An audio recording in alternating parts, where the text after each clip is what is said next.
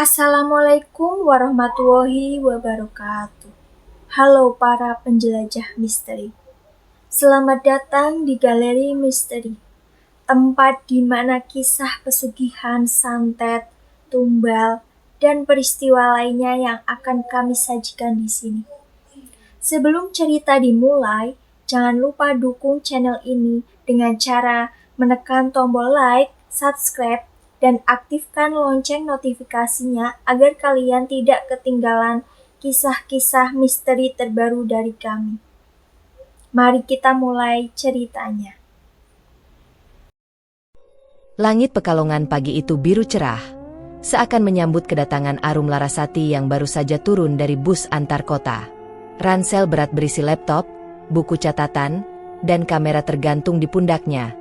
Sementara langkahnya menyusuri trotoar kota batik itu mantap, penuh semangat. Di tangannya tergenggam selembar brosur lama dengan foto sebuah toko besar di bagian depannya.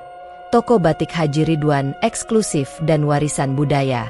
Ia sudah menyiapkan topik skripsinya sejak semester lalu, motif klasik dan simbolisme mistis dalam batik Pekalongan. Tapi yang membuatnya terpikat pada toko ini bukan hanya reputasinya, melainkan satu catatan kaki dalam jurnal lama milik dosennya. Motif tertentu dari Haji Ridwan tidak dapat diklasifikasikan. Diduga tidak diproduksi ulang. Kalimat itu membakar rasa penasarannya. Toko batik Haji Ridwan terletak di jalan utama kota, tepat di jantung kawasan perdagangan. Dari luar saja bangunannya mencolok, megah, bercat putih gading dengan sentuhan ukiran kayu jati di jendela dan pintu. Plakat emas besar tergantung di atas pintu masuk, memantulkan cahaya matahari. Halaman depannya penuh dengan mobil-mobil mewah, dan pelanggan berlalu lalang sambil membawa tas-tas belanja yang tampak mahal. Arum sempat ragu untuk masuk. Sebagai mahasiswi sederhana, ia merasa tempat ini seperti dunia yang terlalu tinggi untuk dijangkau. Tapi demi penelitiannya, ia mantapkan hati dan melangkah ke dalam. Begitu masuk, wangi harum kayu dan kain batik menyeruak. Pendingin ruangan membuat suasana nyaman, seolah berada di galeri seni daripada sebuah toko. Dinding-dinding dihiasi dengan bingkai berisi batik tua yang dipajang seperti lukisan. Karyawan berseragam coklat muda menyambut ramah dengan senyum profesional, menawarkan minuman selamat datang dan menanyakan keperluannya.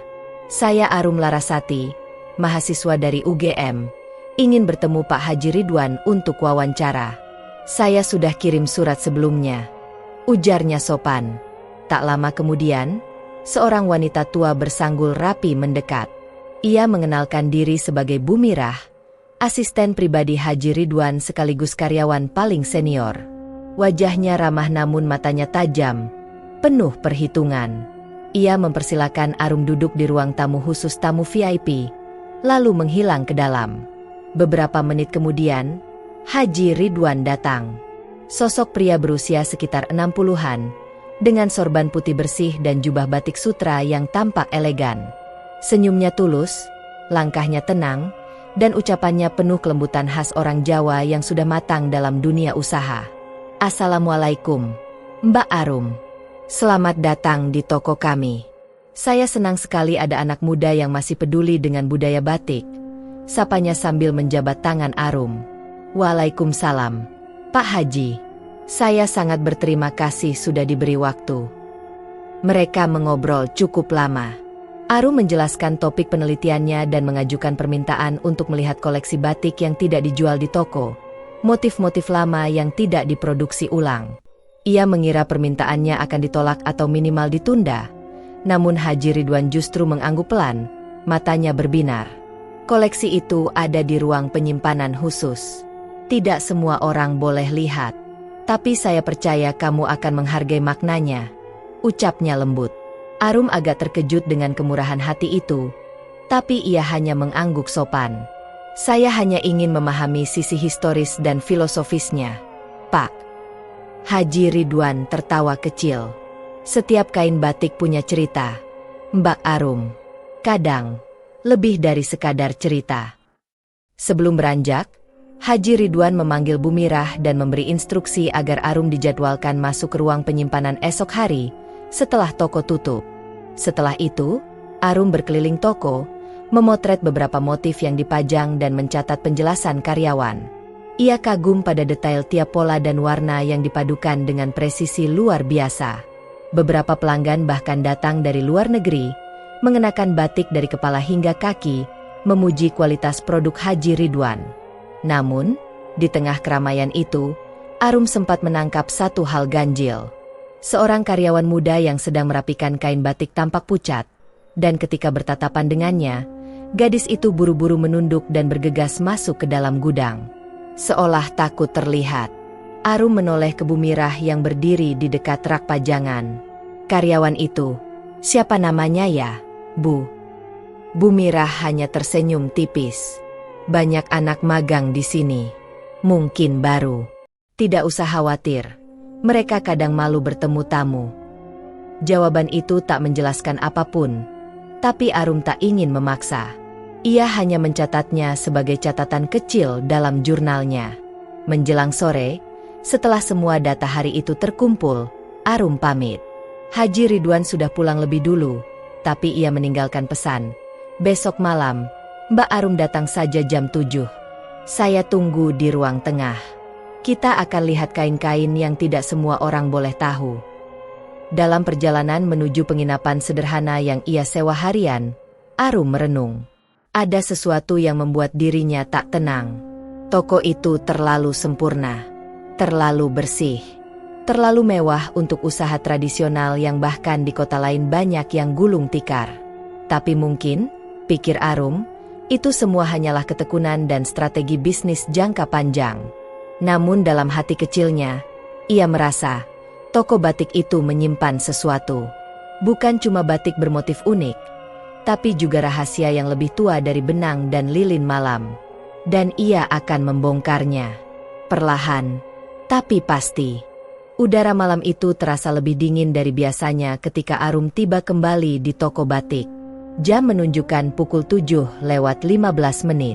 Pintu utama yang biasanya terbuka lebar kini setengah tertutup. Arum mengetuk pelan, dan tak lama kemudian, Bu Mirah membukakan pintu. Tanpa banyak bicara, wanita tua itu memberi isyarat dengan tangan agar Arum masuk dan mengikutinya. Di dalam, toko terasa sangat berbeda. Lampu utama dimatikan, hanya beberapa lampu temaram yang menyala. Tidak ada suara musik latar seperti siang tadi. Tak ada pelanggan. Tak ada karyawan lain. Hanya langkah kaki Bu Mirah yang pelan dan suara sandal Arum yang menggesek lantai marmer. Kita ke lantai 2. Ruang koleksi di sana, ucap Bu Mirah singkat. Tangga kayu menuju lantai 2 berderit pelan saat diinjak. Di ujung lorong, terdapat sebuah pintu kayu jati tua dengan ukiran bunga teratai dan naga. Pintu itu tidak seperti bagian lain toko. Tidak modern, tidak dipoles berlebihan, bahkan tampak seperti sengaja dibiarkan usang. Bu Mirah mengeluarkan kunci kuno dari ikat pinggangnya dan membuka pintu itu perlahan. Silakan, katanya tanpa menatap Arum. Begitu masuk, aroma berbeda langsung menyeruak. Campuran antara kapur barus, kayu tua, dan sesuatu yang samar, mungkin dupa. Ruangan itu lebih mirip museum pribadi ketimbang ruang penyimpanan. Dindingnya penuh gantungan kain batik. Semuanya tersimpan rapi dalam bingkai kaca. Tidak ada satupun motif yang Arum kenali. Ia mendekat ke salah satu kain berwarna merah tua dengan pola seperti sulur akar yang saling melilit dan membentuk wajah samar. Semakin dilihat, wajah itu seolah menatap balik. Arum mengeluarkan kamera kecil dari tasnya dan mulai memotret. Tapi baru 2 kali jepretan, ia merasa seperti ada angin lembut menyentuh tengkuknya. Ia menoleh. Kosong. Hanya Bu Mirah yang berdiri diam di dekat pintu. Tangannya terlipat di depan. Mbak Arum boleh memotret, tapi jangan menyentuh kain-kainnya, kata Bu Mirah dengan nada tegas namun tetap sopan. Arum mengangguk. Ia melanjutkan memotret, pindah ke kain berikutnya. Sebuah batik hitam dengan motif lingkaran di tengah yang seperti mata terbuka. Sekali lagi, saat ia memotret, hawa dingin menyusup ke balik jaketnya. Kali ini lebih tajam, seolah menyusup ke tulang. Bu Mirah, batik-batik ini motifnya tidak biasa ya? Tanya Arum pelan, berusaha menjaga nada agar tetap sopan. Bu Mirah tidak segera menjawab. Ia menunduk, lalu berjalan pelan mendekati Arum. Motif itu tak boleh diulang. Mbak, sudah jadi bagian dari perjanjian. Arum mengerutkan kening. Perjanjian apa, Bu? Perjanjian lama. Bahkan sebelum Mbak Arum lahir. Jawaban itu menggantung di udara. Arum menatap kembali kain-kain di sekitarnya. Semuanya tampak hidup, seolah bernafas perlahan. Motif-motif yang membentuk wajah samar, mata, mulut terbuka, bahkan tangan-tangan kecil yang saling berpegangan. Tidak ada motif bunga, daun, atau binatang seperti batik pada umumnya. Kenapa tidak pernah dijual, Bu? Tanya Arum, penasaran. Karena kalau dijual, sesuatu ikut terbawa, jawab Bu Mirah singkat. Ia menatap Arum dengan sorot mata yang sulit dibaca. Pak Haji bilang, motif-motif ini bukan untuk dunia luar. Cukup disimpan, dikenang. Arum mencatat semua itu di buku kecilnya. Tapi dalam hatinya, ia tahu ini lebih dari sekadar filosofi batik. Ada sesuatu yang tidak dikatakan Bu Mirah. Entah karena takut, atau karena memang tidak boleh dikatakan. Salah satu motif di pojok ruangan menarik perhatian Arum. Tidak digantung, tapi digulung dan disimpan di atas meja ukir, dengan penutup kain putih polos di atasnya. Berbeda dengan yang lain. Yang itu? Tanya Arum sambil menunjuk. Bu Mirah tampak ragu. Itu tidak untuk dilihat. Sudah ditutup sejak lama. Mbak Arum tidak perlu tahu tentang yang itu. Apakah itu motif yang pertama dibuat? Tanya Arum, mencoba menebak. Bu Mirah menggeleng. Itu yang terakhir. Setelah itu, Pak Haji tidak pernah lagi menambah koleksi. Katanya, cukup sampai di situ. Arum diam. Ia ingin bertanya lebih, tapi sesuatu dalam raut wajah Bu Mirah menyuruhnya untuk tidak melangkah terlalu jauh malam itu. Ia pun kembali berkeliling ruangan, memotret beberapa batik lagi, namun kali ini ia lebih waspada. Setiap motif tampak semakin aneh bila dipandangi terlalu lama. Garis-garisnya seakan bergerak, bayangannya berubah bentuk. Saat hendak memotret satu batik bermotif ular melingkar, kamera Arum tiba-tiba mati. Ia coba menyalakan ulang, tapi gagal. Baterainya masih penuh tadi sore. Ia beralih ke ponselnya, namun anehnya, layar ponsel beku. Tak bisa digerakkan sama sekali. Biasanya memang begitu kalau kelamaan di sini, ujar Bu Mirah lirih, seolah tahu apa yang sedang dialami Arum. Alat elektronik suka gangguan. Arum memaksakan senyum. Mungkin sinyalnya jelek. Bukan sinyal, kata Bu Mirah. Tapi ruang ini memang tidak suka dilihat terlalu banyak. Kata-kata itu membuat bulu kuduk Arum meremang. Ia menatap sekeliling. Ruangan itu kini terasa lebih gelap daripada tadi. Jam dinding tua menunjukkan pukul 9 malam. Ia tidak menyangka sudah selama itu berada di dalam. Sudah cukup, Bu. Saya rasa saya dapat bahan yang cukup untuk malam ini, ucap Arum, berusaha tenang. Bu Mirah mengangguk, lalu membukakan pintu. Saat Arum keluar, hawa dari luar terasa hangat dan hidup. Seolah ia baru saja keluar dari tempat yang bukan dunia manusia. Sebelum berpisah, Bu Mirah berkata pelan, "Mbak Arum, hati-hati. Jangan terlalu dalam menelusuri motif-motif itu. Ada hal yang lebih baik tetap disimpan." Arum hanya mengangguk dan berpamitan. Sepanjang perjalanan ke penginapan, langkahnya cepat. Ia tidak menoleh ke belakang. Walau entah kenapa, ada perasaan seperti sedang diikuti. Malam itu, Arum tidur gelisah. Dalam mimpinya, ia melihat selembar kain batik terbuka pelan, dan dari dalamnya keluar tangan-tangan kecil yang menggenggamnya erat.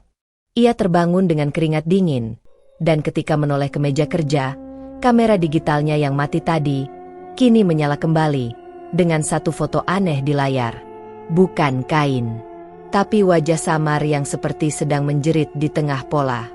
Matahari pagi menyelinap di sela pepohonan kampung Batur Sari, sebuah kawasan padat penduduk yang tak jauh dari pusat kota Pekalongan. Arum Larasati berjalan perlahan menyusuri gang sempit yang ramai oleh aktivitas warga. Bau pewarna alami, lilin malam, dan kain basah memenuhi udara. Ia sengaja menyusuri daerah ini setelah mendengar bahwa banyak perajin batik tradisional tinggal di sini, jauh dari kemegahan dan sorotan toko-toko besar seperti milik Haji Ridwan. Arum membawa buku catatan kecil di tangan, berisi sketsa dan catatan dari koleksi motif aneh yang ia lihat malam sebelumnya. Ia ingin mencari pendapat dari para pembatik lokal, atau siapapun yang mungkin mengenali motif-motif tersebut. Di sudut gang, ia berhenti di depan rumah panggung sederhana yang separuhnya dijadikan bengkel batik. Di sana, seorang wanita tua sedang menjemur kain berwarna cerah. "Permisi, Bu. Saya Arum, sedang penelitian soal motif batik klasik. Boleh saya bertanya sedikit?" Sapa Arum ramah. Wanita itu tersenyum ramah dan memperkenalkan diri sebagai Bu Narti. "Silakan duduk." "Nak, peneliti muda jarang ke sini. Biasanya ya ke toko-toko besar itu." Arum membuka buku catatannya dan menunjukkan beberapa sketsa motif aneh dari koleksi Haji Ridwan. Wajah Bu Narti berubah seketika, dari ramah menjadi kaku. "Motif itu bukan dari sini," gumamnya pelan. "Bukan dari tangan-tangan biasa." Arum mengernyit. "Maksud ibu?" Bu Narti menatap sekeliling, lalu mendekat. "Motif begitu dulu disebut batik hidup. Karena katanya, dibuat bukan cuma dari lilin dan warna, tapi dari tumbal." Arum meneguk ludah. "Tumbal?" Bu Narti mengangguk. "Dulu ada cerita. Di zaman dulu, saat batik belum jadi industri besar, ada beberapa orang yang ingin cepat kaya. Mereka bikin perjanjian, entah dengan siapa, untuk menghasilkan motif yang tidak bisa ditiru. Tapi katanya, setiap satu kain harus ditukar dengan satu nyawa. Orang hilang, motif jadi." Arum terdiam. Suasana pagi yang tadinya hangat berubah menjadi sunyi dan menegang. "Bu, apakah itu benar-benar terjadi?" tanyanya pelan. "Nggak ada yang tahu pasti. Tapi kalau kamu dengar-dengar, ada beberapa toko besar yang pernah hilang pegawai mudanya. Tiba-tiba nggak datang kerja. Katanya pulang kampung, tapi nggak ada kabar lagi." Kata-kata itu menggetarkan hati Arum. Ia teringat karyawan muda di toko Haji Ridwan yang terlihat pucat dan takut, yang langsung menghilang begitu melihatnya. Apa mungkin dia? Dengan hati berdebar, Arum melanjutkan pencariannya ke pasar batik di tengah kota. Ia berharap ada yang bisa memberikan jawaban lebih konkret. Di salah satu lapak tua di pojokan pasar, Arum bertemu seorang pria tua yang menjual batik klasik dengan motif-motif kuno. Namanya Pak Truno. Arum memperkenalkan diri dan kembali membuka buku catatannya. Ketika ia menunjukkan salah satu sketsa batik motif wajah samar dan akar melilit, Pak Truno menatapnya dengan mata membelalak. "Kamu dapat ini dari mana?" Suaranya pelan, hampir berbisik. "Dari koleksi khusus toko besar di pusat kota," jawab Arum, tak ingin langsung menyebut nama. Pak Truno mendengus pelan. Ia mencondongkan tubuh ke depan. "Kamu harus hati-hati, Nak. Motif itu bukan sembarang motif. Itu batik pesugihan." Arum menajamkan telinga. "Pesugihan? Jadi benar?" Pak Truno mengangguk lambat. "Dulu, di sekitar tahun 80-an, ada desas-desus di kalangan pembatik. Katanya, seorang pengusaha muda baru membuka toko batik dan langsung melejit. Setiap motifnya aneh, tak pernah sama, dan tak bisa ditiru. Pembeli dari luar negeri berebut. Tapi tiap tahun, 1 atau 2 orang dari tokonya hilang tanpa jejak." Arum mencatat cepat setiap kata. "Orang-orang percaya," lanjut Pak Truno, "bahwa motif-motif itu dibuat bukan dengan inspirasi, tapi dengan perjanjian. Setiap batik eksklusif memerlukan tumbal. Tak bisa ditiru, karena nyawa manusia yang menjadikannya unik. Toko itu terkenal sampai sekarang, bukan?" Arum menatap Pak Truno lekat-lekat. Ia tahu pria tua ini tahu lebih banyak, namun hanya bisa bicara setengah. Dalam pikirannya, potongan-potongan mulai terhubung. Motif yang tak pernah dijual, motif yang tak boleh diulang, batik yang menolak difoto, dan para karyawan yang hilang. Semua mengarah ke satu pola mengerikan. Satu motif, satu jiwa. Apakah ada yang pernah coba membakar batik itu, Pak? Tanya Arum hati-hati. Pak Truno menghela napas panjang. Pernah. Seorang kolektor kaya dari Semarang konon mencuri satu lembar. Beberapa hari kemudian rumahnya terbakar, dan tubuhnya tak ditemukan. Cuma kain batik itu yang tersisa, utuh, seolah tidak tersentuh api. Arum membayangkan motif-motif gelap itu masih tersimpan di ruang koleksi Haji Ridwan, menunggu seseorang datang atau dikorbankan. Ia semakin yakin bahwa kejayaan toko itu bukan karena strategi bisnis atau kualitas kain semata, tapi karena sesuatu yang jauh lebih kelam. Sebelum pamit, Pak Truno memberi satu peringatan terakhir. Kalau kamu sudah mulai melihat, jangan terlalu dalam. Ada harga yang harus dibayar untuk setiap motif yang kamu ungkap. Hari mulai sore saat Arum berjalan kembali ke penginapannya. Di tangannya, buku catatannya kini penuh dengan nama, motif, dan tanda tanya. Tapi di sudut pikirannya, satu keyakinan mulai terbentuk. Ia harus mencari tahu lebih dalam. Ia tidak bisa mundur. Namun di hatinya juga tumbuh rasa takut. Sebab jika benar batik-batik itu disulam dengan nyawa, berapa banyak lagi yang harus hilang sebelum motif terakhir selesai ditenun? Malam itu, langit Pekalongan digelayuti mendung, dan angin bertiup pelan, membawa bau lembab khas hujan yang belum turun. Jam hampir menunjukkan pukul 11 malam ketika Arum kembali ke toko batik Haji Ridwan. Ia datang diam-diam, menyelinap lewat sisi kanan bangunan, bersembunyi di balik pagar pembatas dan pohon-pohon hias yang mengelilingi halaman belakang. Sejak siang, hatinya gelisah. Terlalu banyak potongan yang belum menyatu. Terlalu banyak rahasia yang disembunyikan di balik senyum manis dan motif indah. Dan gudang yang selama ini tertutup rapat di bagian belakang toko itu seolah memanggilnya. Seakan di dalamnya tersimpan jawaban yang belum berani diucapkan siapapun. Ia tahu pintu belakang selalu digembok. Tapi tadi siang, saat berlagak memotret halaman untuk keperluan dokumentasi skripsi, ia sempat melihat kunci diselipkan di bawah pot gantung. Dengan tangan gemetar, ia mengambil kunci itu malam ini. Seperti takdir yang menuntunnya, kunci itu pas. Arum membuka pintu gudang perlahan. Engselnya berderit nyaring, tapi tidak ada yang mendengar. Toko sudah sepi. Tidak ada pelanggan.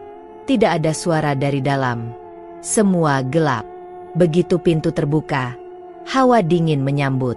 Bukan dingin biasa, tapi lembab, berat, seolah mengandung kesedihan yang menahun.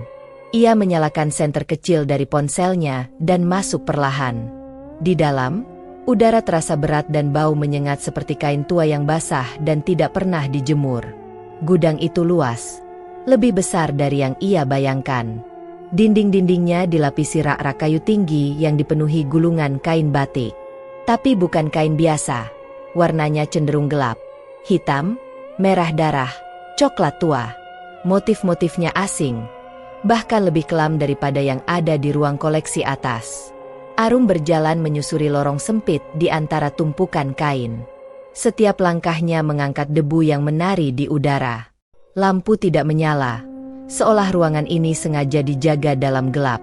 Ia berhenti di sebuah meja besar di tengah ruangan. Di atasnya, berserakan tumpukan foto. Tangannya gemetar saat mengambil satu lembar. Foto seorang pemuda berseragam toko batik, tersenyum kaku di depan etalase toko.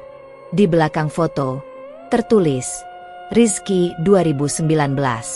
Ia mengambil foto lain, perempuan muda, wajahnya pucat namun manis.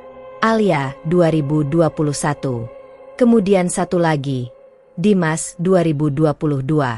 Nama-nama itu tidak asing. Arum pernah melihat beberapa dari mereka di daftar karyawan yang Bu Mirah tunjukkan secara singkat. Semuanya dikatakan, sudah keluar, atau pulang kampung. Tapi dari penelusurannya, tidak ada satupun dari mereka yang benar-benar kembali ke rumah masing-masing. Tiba-tiba, Suara kayu berderi terdengar dari sudut ruangan. Arum mematikan senter dan menahan napas. Dari balik tumpukan kain, sesosok pria muncul, Kang Seno, satpam toko yang selama ini tampak pendiam. "Ngapain kamu di sini?" Suaranya pelan tapi tegas. Arum tersentak. Maaf, Kang. Aku mencari jawaban. Semua ini terlalu aneh. Foto-foto ini, mereka semua hilang, kan?" Kang Seno menatap Arum lama, lalu berjalan mendekat. Langkahnya berat seperti memikul beban yang tak kasat mata. "Keluar dari sini, dan lupakan semuanya. Kau masih bisa pulang utuh," ucapnya datar, tapi nadanya penuh peringatan. Arum menelan ludah. Apa mereka dijadikan tumbal untuk batik-batik itu? Kang Seno memalingkan wajahnya, lalu berkata, "Aku cuma satpam. Tapi aku tahu setiap kali ada motif baru, pasti ada yang hilang. Mereka bilang magang, tapi tidak ada yang kembali. Aku tidak punya bukti. Aku cuma lihat, dengar dan diam. Kau tahu ini salah. Kenapa tidak pergi?" "Aku coba, tapi selalu kembali. Seperti tempat ini menahanku." Kang Seno menatap mata Arum. "Kamu belum terlambat. Tapi jangan buka apapun lagi. Jangan sentuh kain-kain di sini. Mereka bukan lagi sekadar kain." Tiba-tiba, angin dingin bertiup dari ujung ruangan. Rak kain di sebelah kanan bergoyang pelan, seolah disentuh oleh sesuatu. Kain-kain yang tergantung mulai bergerak. Perlahan, satu persatu. Dari celah antara dua kain batik besar, terdengar suara lirih. Arum menoleh cepat. Tangs. Suara seorang perempuan menangis. Lembut, lirih, seperti berasal dari balik kain itu sendiri. Arum melangkah pelan mendekat. Meski Kang Seno mencoba menahannya. Ia menyibak dua lembar kain yang menggantung seperti tirai, dan di belakangnya, kosong. Hanya dinding. Tapi suara tangisan tetap terdengar. Semakin jelas, semakin menyayat. Lalu, samar-samar, muncul noda gelap di kain yang ia sentuh. Seperti darah yang merembes dari balik serat. Arum mundur. Napasnya tersengal. Kang Seno menggenggam lengannya kuat. "Sudah. Cukup. Ayo keluar." Mereka berlari kecil menuju pintu gudang, dan Arum sempat menoleh sekali lagi. Kain-kain itu masih bergoyang, meski tidak ada angin. Dan dari beberapa di antaranya, seperti tergambar siluet wajah-wajah yang merintih, terjerat di dalam pola-pola batik yang kelam. Begitu pintu gudang ditutup kembali, suasana di luar terasa lebih hangat. Namun tubuh Arum gemetar. Matanya masih membayangkan wajah-wajah yang tak bisa ia lupakan. "Kang Seno," katanya dengan suara gemetar, "aku tidak bisa berhenti di sini." Kang Seno menatapnya, lalu menghela napas. "Kalau begitu, bersiaplah. Karena yang kamu lihat tadi, baru permukaannya saja." Malam itu, Arum kembali ke penginapannya dengan langkah limbung. Ia tak membawa pulang apapun kecuali satu foto yang tanpa sengaja terselip di sakunya. Foto seorang gadis berkerudung dengan mata sayu. Di balik foto itu, tertulis tahun yang sama dengan sekarang, 2025. Dan di bawahnya, satu kata pendek, Laras. Nama tengahnya sendiri. Arum tak tahu bagaimana bisa foto itu ada di sana. Tapi satu hal ia yakini kini, dirinya sudah masuk terlalu jauh. Dan tak semua motif bisa dibersihkan, bahkan dengan air mata. Pagi itu, kabut masih menggantung di antara pohon-pohon jati saat Arum menyusuri jalan sempit menuju desa terpencil di pinggiran selatan Pekalongan. Tanahnya becek setelah hujan malam, dan semak-semak di kiri kanan jalan seolah mempersempit langkah. Di tangannya tergenggam secari kertas lusuh bertuliskan alamat yang diberikan Kang Seno malam sebelumnya. Cari rumah dengan pohon randu besar di depan. Orang-orang panggil dia Makjum. Tapi hati-hati, jangan sembarangan tanya ke warga, pesan Kang Seno dengan nada serius. Setelah hampir 1 jam berjalan kaki dari tempat ojek terakhir berhenti, Arum menemukan rumah itu, Sebuah bangunan tua berdinding kayu gelap dengan atap yang sudah hampir roboh di beberapa bagian. Di depannya berdiri pohon randu besar, rimbun dan gelap, dengan akar yang mencuat ke permukaan tanah seperti urat nadi yang menonjol. Arum mendekat dan mengetuk pintu pelan. Tak lama, pintu terbuka dengan derit pelan. Seorang wanita tua muncul. Tubuhnya bungkuk, rambutnya panjang terurai, sebagian sudah memutih. Matanya tajam, penuh pengalaman, dan wajahnya keriput namun memancarkan aura yang tak bisa dijelaskan. Ia mengenakan kain hitam kusam dan syal batik lusuh yang membelit lehernya. "Namamu Arum, ya?" tanyanya sebelum Arum sempat bicara. Arum menelan ludah, kaget. "Iya, Bu, maksud saya, Mak Jum." Mak Jum hanya mengangguk, lalu berbalik masuk. "Masuk. Kau sudah terlalu dekat untuk mundur sekarang." Arum masuk ke dalam rumah, udara di dalam lembab dan pengap, bau dupa dan bunga kering tercium tajam. Dinding-dindingnya penuh lembaran kain batik tua yang digantung seperti tirai. Di tengah ruangan ada meja kayu bulat dengan mangkuk tembikar. Di dalamnya tersisa abu yang masih hangat. "Aku sudah tahu kamu akan datang. Seno terlalu lemah untuk bertindak, jadi ia kirim kamu," ucap Mak Jum sambil duduk perlahan. Arum duduk berseberangan, masih mencoba menata napas. Saya ingin tahu apa yang sebenarnya terjadi tentang Haji Ridwan dan batik-batik itu." Mak Jum menatap Arum tajam, lalu menghela napas panjang. "Ridwan dulu orang biasa, tukang batik kecil, miskin, tapi dia ambisius, terlalu ingin besar, terlalu ingin dipuja. Suatu malam, ia datang padaku, minta ilmu agar batiknya jadi paling dicari." Arum menatap dengan seksama, lalu Mak bantu. "Awalnya, aku tolak, tapi ia datang lagi, bawa sesajen, bawa darah kambing, bawa tekad bulat. Akhirnya, aku buka jalan. Aku ajari dia membuat motif hidup. Motif yang bukan hanya indah, tapi membawa pengaruh. Motif yang menarik pembeli, menumpuk rejeki." Mak Jum mengambil sehelai kain dari rak dan melemparkannya ke meja.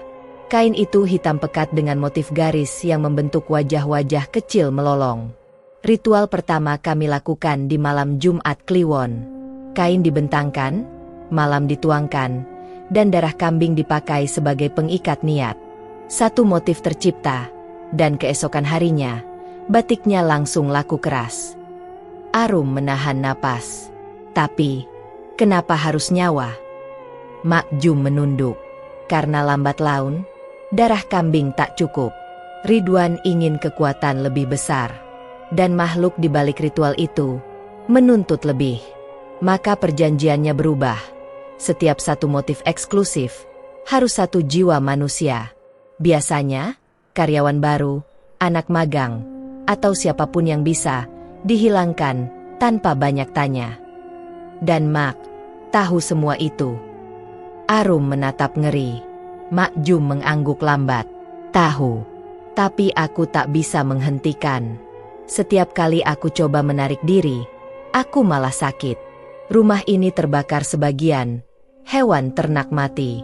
Sampai aku akhirnya pasrah dan bersembunyi di sini." "Berapa banyak yang jadi korban?" tanya Arum pelan. Mak Jum menatapnya lama, kemudian menjawab lirih. "Lebih dari 20. Mungkin 30. Aku tak tahu pasti. Setiap motif disimpan, tak dijual. Karena itu bukan untuk manusia biasa. Itu persembahan." Arum menggigit bibir, tubuhnya bergetar. Dunia yang selama ini ia pikir hanya soal warisan budaya ternyata menyimpan neraka di balik motif dan warna. "Lalu, bagaimana menghentikannya?" bisiknya. Mak Jum berdiri perlahan, berjalan ke sudut ruangan dan membuka sebuah kotak kayu tua. Dari dalamnya, ia mengeluarkan sehelai kain putih polos, tampak seperti batik yang belum dicelupkan malam. Tapi jika diperhatikan baik-baik, terdapat pola samar seperti tulisan kuno yang hanya bisa dilihat dari sudut tertentu. "Inilah pengikat ulang." Mantra ini bisa memutuskan perjanjian antara Ridwan dan entitas itu. Tapi, dengan satu syarat. Arum menerima kain itu dengan hati-hati. Syarat apa? Mak. Harus ada yang menggantikan. Satu jiwa, satu motif. Jika kamu ingin menghentikannya, kamu harus siap menjadi penutup ritual terakhir. Menjadi tumbal penutup. Arum membeku. Kata-kata itu terdengar seperti hukuman mati. Tapi jika tidak ada yang mengakhiri, korban akan terus bertambah. Mak Jum menatap Arum dalam-dalam. Kalau kamu punya niat suci, kain ini akan melindungimu. Tapi jika kamu ragu, ia akan menelanmu lebih dulu. Kenapa Mak tidak menghentikannya sendiri?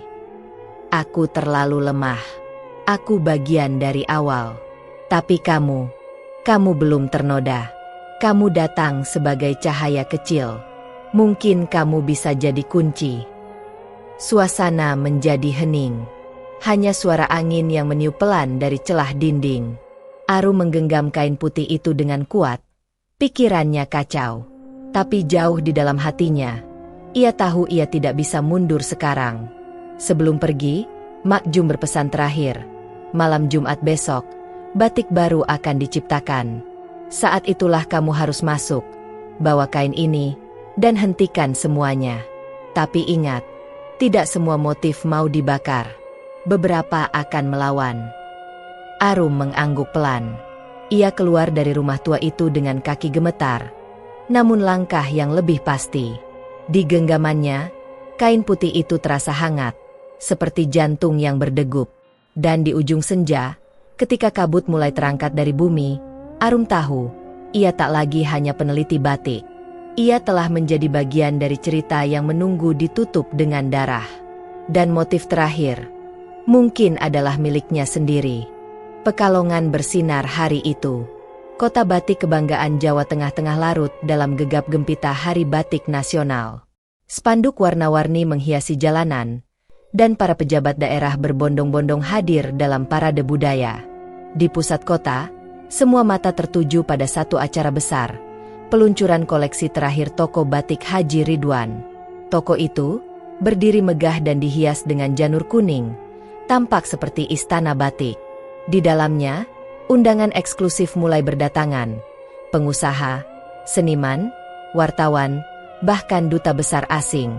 Semua menantikan momen bersejarah, peresmian batik terakhir, yang disebut-sebut sebagai puncak spiritual dari karya-karya Haji Ridwan selama lebih dari 3 dekade. Tak ada yang tahu, di antara keramaian itu, Arum Larasati berjalan cepat melewati sisi bangunan, mengenakan kebaya abu-abu dan membawa map besar yang berisi kain putih dengan mantra pemutus, pemberian Mak Jum. Sore itu, toko ditutup sementara untuk upacara privat sebelum peluncuran. Di ruang bawah tanah, tempat yang dulunya gudang dan kini diubah menjadi ruang penciptaan, Haji Ridwan bersiap melakukan ritual terakhir. Di sekelilingnya, kain-kain batik tergantung dalam lingkaran, masing-masing menyimpan motif kelam yang tak dijual. Di tengah ruangan, sebuah lembar kain kosong terbentang di atas meja kayu hitam. Bumirah berdiri di belakangnya, membawa mangkuk perak berisi darah ayam cemani segar. Di sisi lain, 2 karyawan muda berdiri menunduk, dengan wajah pucat dan mata kosong, seperti tanpa kesadaran. Salah satunya, Arum kenali. Gadis yang dulu menunduk saat mereka bertatap di toko. Di atas, Kang Seno mengawasi dari dekat pintu bawah tanah, sudah sepakat membantu Arum menyusup. Detik bergulir. Saat Haji Ridwan mulai melantunkan mantra dalam bahasa Jawa kuno, Arum menyelinap melalui pintu samping yang dibukakan diam-diam oleh Kang Seno. Ia turun ke bawah dengan cepat, menyelipkan kain putih ke balik meja persembahan saat perhatian semua orang tertuju pada api dupa dan nyanyian mantra. Kain putih itu ia letakkan tepat di bawah lembar kain ritual, tersembunyi, tapi cukup dekat untuk menyerap kekuatan yang sedang dipanggil. Mantra terus dilantunkan. Suara Haji Ridwan semakin serak namun intens. Api lilin mulai membesar tanpa angin. Lalu, detik berikutnya, terjadi sesuatu. Kain putih itu menyala pelan. Bukan terbakar, tapi bercahaya. Tulisan-tulisan samar yang tadinya tersembunyi kini bersinar seperti bara merah. Energi di dalam ruangan berubah. Dingin menusuk, disusul getaran di lantai. Kain-kain yang tergantung mulai bergerak. Pelan, lalu meliuk, lalu menggeliat seperti tubuh yang bangkit dari tidur panjang. Satu persatu, motif batik di sekeliling ruangan berubah. Garis-garisnya meruncing, membentuk wajah-wajah kesakitan. Suara desis dan ratapan memenuhi udara. Bu Mirah menjerit. Ada yang masuk. Ini bukan bagian dari. Tapi ia tak sempat menyelesaikan kalimatnya. Salah satu kain, batik bermotif tangan-tangan kecil, menyambar ke arahnya dan membungkus tubuhnya rapat. Api muncul dari dalam lipatan kain. Bu Mirah menjerit dan terbakar hidup-hidup. Tubuhnya menghilang dalam kobaran motif. Haji Ridwan tersentak mundur. Apa ini? Siapa yang mengganggu?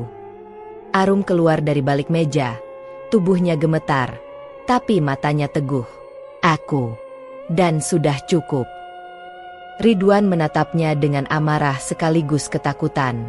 Tapi sebelum ia bisa menyerang atau memanggil bantuan, kain putih dengan mantra meledak dalam cahaya silau. Kain persembahan di atas meja terbakar dari tengah, membentuk lubang menganga, dan dari dalamnya keluar pusaran angin berwarna hitam, menderu ke segala arah. Kain-kain lainnya mulai melilit satu sama lain, terbakar, berputar. Suara tangis, jeritan, dan bisikan dalam bahasa asing memekakan ruangan.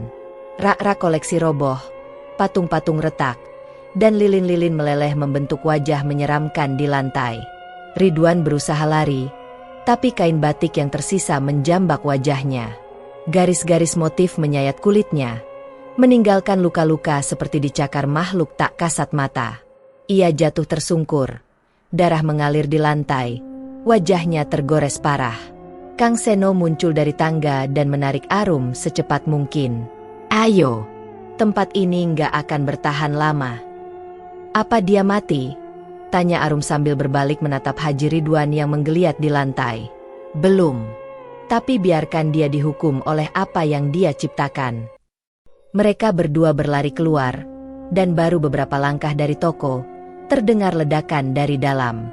Api hitam membumbung dari atap. Kain-kain terkutuk melayang ke udara seperti burung-burung neraka, terbakar sebelum jatuh menjadi abu. Gedung toko ambruk pelan, seperti ditelan bumi. Orang-orang mulai berlarian. Polisi dan pemadam datang terlambat. Tak ada yang mengerti apa yang sebenarnya terjadi. Mereka hanya melihat toko termegah di kota itu musnah dalam satu malam penuh misteri. Arum duduk di trotoar. Wajahnya pucat, napasnya belum teratur. Di tangannya, ia masih menggenggam sobekan kecil dari kain putih, satu-satunya yang tak terbakar. Kang Seno duduk di sampingnya. Diam. Semua sudah selesai? Tanya Arum pelan. Seno menatap langit yang mulai cerah. Belum. Tapi motif terakhir sudah gagal dibuat. Perjanjiannya terputus. Untuk sementara, ya, selesai. Sirene polisi dan suara warga mulai memadati tempat itu. Tapi Arum hanya menatap ke arah bekas bangunan toko, yang kini tinggal puing dan asap. Ia tahu, harga yang dibayar hari ini tidak murah. Nyawa, kebenaran, dan kemungkinan masa depannya sendiri. Tapi di balik semua itu, satu hal kini pasti. Tak ada motif seindah apapun yang pantas dibayar dengan darah. Dan batik sejati, tak pernah haus nyawa. Langit Yogyakarta berwarna kelabu sore itu. Hujan baru saja reda, meninggalkan aroma tanah basah yang menenangkan. Di sebuah rumah kecil berpagar tanaman melati, Arum Larasati duduk di depan jendela kamarnya, menatap laptop yang masih menyala. Di layar terbuka draft akhir buku ilmiahnya, motif-motif lintas batas, ketika batik menyentuh ranah mistis. Sebuah penelitian akademis yang ia bungkus dalam bahasa netral, penuh etika ilmiah, tanpa menyebut nama toko, lokasi pasti, atau individu. Ia menulisnya bukan untuk mengumbar rahasia, tapi untuk mencatat peristiwa luar biasa yang ia alami sebagai bentuk tanggung jawab intelektual. Bab-bab awal membahas sejarah batik, perkembangan motif, dan keberagaman teknik dari Jawa hingga pesisir. Tapi di bab terakhir, ia menuliskan tentang motif hidup, sebuah teori tentang batik yang bukan sekadar produk budaya, melainkan manifestasi energi spiritual, dan dalam kasus ekstrim, perjanjian darah. Ia tak menyebut nama Haji Ridwan, tak menyebut Pekalongan, tapi pembaca yang cukup jeli dan tahu sejarah lokal mungkin bisa menebak. Itu risiko yang ia sadari sejak awal. Buku itu telah diserahkan ke penerbit universitas dan akan segera naik cetak. Namun meski dunia luar tampak kembali tenang, Arum tahu dirinya belum sepenuhnya bebas. Setiap malam, ia dihantui mimpi yang sama. Motif batik berwarna merah gelap yang melambai-lambai di udara, seperti napas yang mengambang. Dalam mimpi itu, kain-kain itu hidup, dan menatapnya dengan mata tak kasat mata. Ia sering terbangun dengan keringat dingin, merasa seolah-olah sedang ditonton dari balik lemari, atau dari balik tirai jendela. Ia pernah mendatangi seorang psikolog, dan jawaban yang diterimanya klise, trauma yang belum sembuh total. Tapi Arum tahu, itu bukan sekadar trauma. Toko batik Haji Ridwan kini hanya puing. Lokasi itu diratakan atas nama keselamatan publik. Tidak ada yang mau membangun ulang di atas tanah tersebut. Warga menyebutnya tanah panas. Beberapa pekerja bangunan yang mencoba membongkar puing-puing mengaku mendengar suara tangis atau mencium bau kain terbakar. Sedangkan Haji Ridwan sendiri dikabarkan dirawat di sebuah rumah sakit jiwa di Semarang. Namun seminggu setelah masuk, ia menghilang. Tak ada catatan resmi soal pelariannya, dan CCTV rumah sakit mengalami kerusakan pada malam hilangnya ia. Beberapa staf mengatakan ia meleleh dalam cahaya, sebuah deskripsi yang lebih cocok untuk cerita rakyat daripada laporan medis. Arum tak mencoba mencarinya. Ia tahu, jika Ridwan masih hidup, ia tidak lagi sepenuhnya manusia. Sore itu, saat Arum mulai membereskan meja kerjanya, terdengar bel pintu. Seorang kurir berdiri di depan pagar, mengangkat kotak coklat kecil berbalut kertas kraft. Untuk Arum Larasati. Ya, Mbak, kiriman tanpa nama pengirim, ucap si kurir. Arum mengangguk, menerimanya dengan rasa asing yang langsung menyesaki dadanya. Begitu kotak itu dibuka di dalam kamarnya, ia menemukan selembar kain batik. Warnanya merah tua dengan garis-garis hitam membentuk lengkungan tak simetris. Motif itu familiar. Ia mengenalinya dari ruang ritual. Itu motif yang seharusnya menjadi karya terakhir Haji Ridwan, yang tak sempat selesai, yang gagal terlahir sepenuhnya karena intervensinya malam itu. Tapi kali ini, motif itu utuh. Kain itu seolah hidup. Saat disentuh, ada getaran halus, seperti kulit seseorang yang demam. Di pojok bawah, tertulis dengan tinta hitam yang tampak masih segar. Motifmu kini lengkap. Tangan Arum gemetar. Ia ingin menjatuhkan kain itu, membakarnya, apa saja, tapi tubuhnya diam. Entah karena takut, atau karena daya magnetik dari kain itu begitu kuat. Motifmu. Apakah ini berarti dirinya telah ditetapkan sebagai bagian dari batik itu? Bahwa kisahnya, tubuhnya, jiwanya, telah menjahit simpul terakhir dari perjanjian kuno itu? Arum melipat kain itu perlahan dan menyimpannya di dalam laci kayu, lalu menguncinya. Tapi ia tahu, itu bukan kunci yang bisa mengurung sesuatu seperti ini. Ia memandangi jendela, ke arah langit sore yang mulai menggelap, dan dalam hatinya, ia bertanya, apa harga dari kebenaran? Mungkin bukan nyawa, tapi warisan rasa bersalah, dan beban menjadi satu-satunya yang tahu bahwa motif-motif itu belum hilang. Bahwa warna-warna kelam itu tetap mengendap di antara benang-benang budaya, menunggu diaktifkan oleh ambisi dan darah. Arum menutup laptopnya. Ia berjalan keluar, ke halaman rumah. Hujan kembali turun, pelan, seperti tangisan bumi yang tak terdengar. Ia menengadah ke langit dan memejamkan mata. Dalam dunia batik, warna bisa luntur oleh waktu dan cuaca. Tapi ada warna yang menempel bukan pada kain, melainkan pada jiwa. Dan warna itu tak akan pernah luntur.